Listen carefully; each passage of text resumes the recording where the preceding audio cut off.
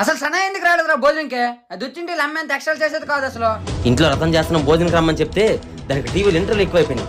దానికి రేపు చెప్తారా? ఏమైనా మాట్లాడరా. మా ఇంట్లో ఫంక్షన్ జరుగుతుందని తెలుసుకోండి ఎందుకు రాలేదు?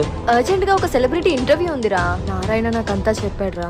అమ్మ చేసిందంటే ఐఎమ్ సో సారీ రా. అయినా మీ అమ్మకు డబ్బు ఉందని పొగరే. రే ఏంట్రా అలా మాట్లాడతావు? కాకపోతే మరి ఏంటి? తను మా అమ్మరా. సరే సరే మనం మ్యారేజ్ ఎప్పుడు చేసుకుందాం చెప్పు. నీకు జాబ్ రావాలి కదరా. రాకపోతే మా అమ్మ ఒప్పుకోదని తెలుసు కదా. నాకు జాబ్ వచ్చాక మా అమ్మ నాన్న ఎంత కట్నం ఇస్తారు కదా మీరు. రే ఈ జనరేషన్ లో కూడా కట్నం ఏంట్రా?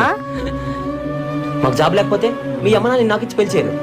వాళ్ళకి స్వార్థం కానప్పుడు జాబ్ లేకపోతే పిల్లని ఎవరైనా తెలిసి అక్కడ ఎక్కడ అప్పు చేసి చదివించి జాబ్ వచ్చాక కట్నం అడిగిన మా తల్లిదండ్రులది స్వార్థం ఎలా అవుతుంది? మీ దగ్గర డబ్బు ఎంతైనా ఉండొచ్చు, కానీ ఎదుటి వారిని చులకన చేసి మాట్లాడే జబ్బు మాత్రం ఉండకూడదు. రేపు మీ అన్నకి రాయి కడుతున్నావు కదా, అక్కడికి పో.